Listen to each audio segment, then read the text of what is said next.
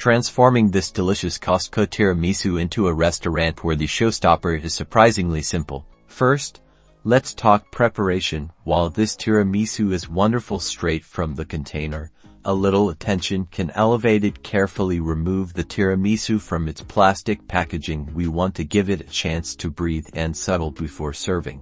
Next, transfer the tiramisu to your chosen serving dish. I like using a clear glass dish because it beautifully showcases those iconic layers of mascarpone cream and coffee-soaked ladyfingers. Now, for that signature final touch, cocoa powder. Using a fine mesh sieve, dust a generous, even layer of unsweetened cocoa powder over the entire surface of the tiramisu. This not only adds a rich visual appeal but also a delightful bitter counterpoint to the sweet cream. Feeling fancy? Let's personalize this beauty for an extra touch of elegance. Consider adding some delicate chocolate shavings right on top of the cocoa powder. Alternatively, a few whole coffee beans can add a sophisticated coffee-centric garnish. For a pop of color and freshness, a single fresh raspberry or a small mint leaf can make a world of difference. Don't overdo it.